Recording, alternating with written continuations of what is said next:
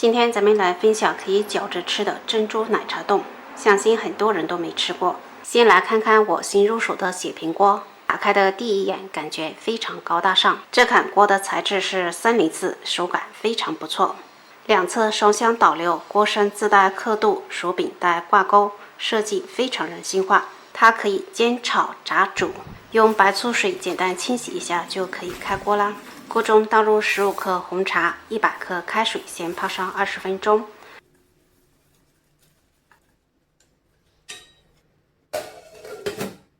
20分钟后，倒入500毫升纯牛奶，25克白糖，开中火烧开，用筷子搅一搅，白糖融化的快些。这锅导热挺快的。烧开后转小火撇去浮沫。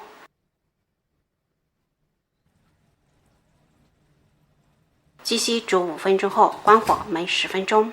20克吉利丁片剪成小块，加上了清水将它泡软。5分钟后捞出茶叶渣，过滤一下更好。泡好的吉利丁片捞出放入锅中，等搅至融化。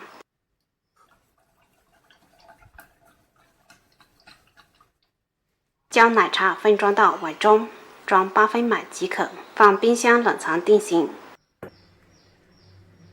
重新起锅，大火烧开后倒入80克黑珍珠，珍珠教程可以翻看往期视频。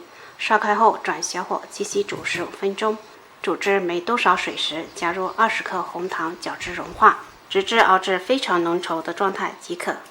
倒入碗中晾凉。定型好的奶茶冻划成小块，可以搅着吃的珍珠奶茶冻比传统的珍珠奶茶更具独特风味，淋上黑珍珠简直不要太爽，感觉还是非常不错的。